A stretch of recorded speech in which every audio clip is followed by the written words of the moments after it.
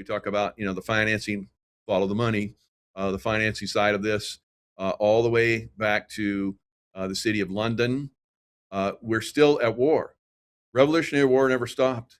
All right. So we're still in, if you will, a second Revolutionary War against the city of London, right? The British Empire, which is the city of London. So we have to take that Mhm. down. We have to destroy that as well.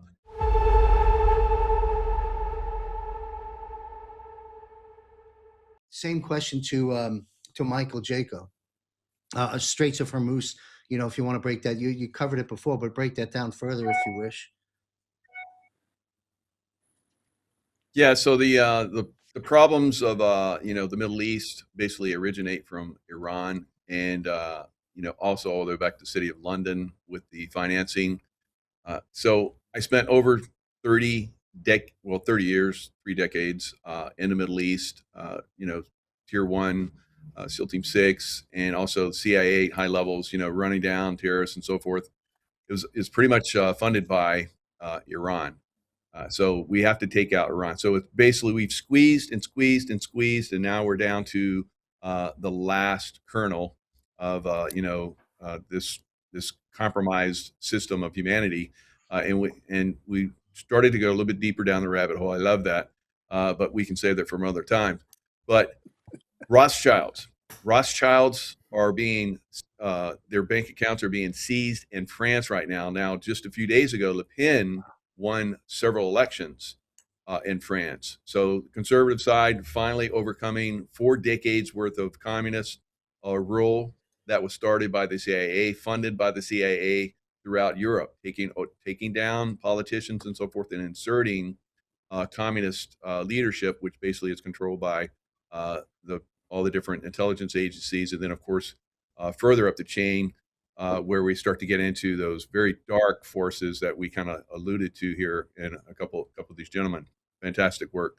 So also in Germany, overcoming massive fraud in the elections, and good conservatives coming forth in Germany. So I think we're going to continue to see this wave of conservative, good people that are coming in to basically take down this evil. Rothschild, like we talk about, the financing, follow the money, the financing side of this, all the way back to the city of London. We're still at war. Revolutionary War never stopped. All right. So we're still in, if you will, a second Revolutionary War against the city of London, right? The British Empire, which is the city of London. So we have to take that Mhm. down. We have to destroy that as well. I've talked about how maybe we should just invade the city of London, but there's more Mhm. uh, you know very subtle ways that Donald Trump is taking down the city of London, and I appreciate the way he's doing this, and that will preserve a lot of lives. It will also preserve a lot of territory that would be otherwise be destroyed. You might think otherwise from what's going on in Iran right now with all the over 8,000 missile strikes and bombs and so forth that we've hit, targets that we've hit in Iran at this point. Over 8,000, amazing.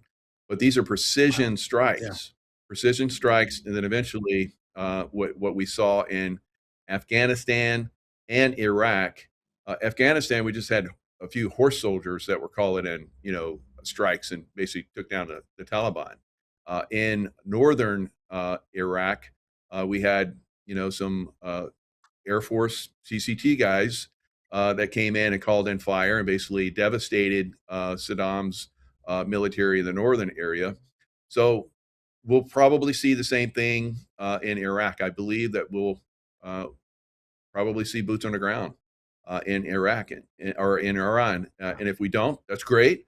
But from my perspective, it looks like it's moving in that direction with all the forces that are going there. Why would we be sending two different MU groups there and 82nd Airborne, like we saw today, going into somewhere in the Middle East, probably Saudi Arabia, I would assume, and then launching from Saudi Arabia. Saudi Arabia's basically said, "Continue the war, President Trump."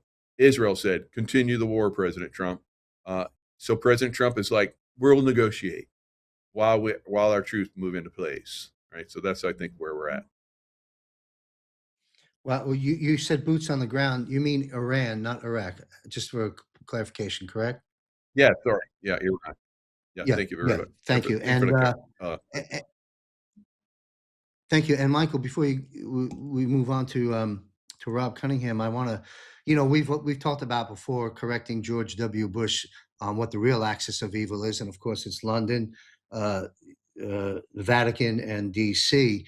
But in terms of Mhm. hierarchy of command and control on the three countries that have been themed out in this panel, would would the proper order from bottom up be this? Would it be Iran to Israel, Israel to London? Is that kind of the flow of it in terms of the power would be mostly I London, believe then Israel, and then Iran? I'd be interested in see what Rob Cunningham says, but I think that's the basically the way things are running. But of course, China is controlled by the city of London. We have a lot of groups that out there that are controlled by the city of London. So it's going to be disclosed. It's going to be revealed. So there's lots to be revealed.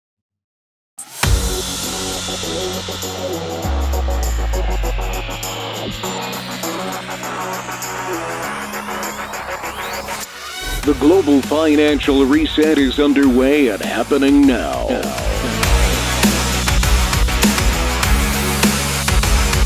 The battle rages on with competing parallel systems. The current deep state Federal Reserve Central Bank system and the system President Trump and team has developed.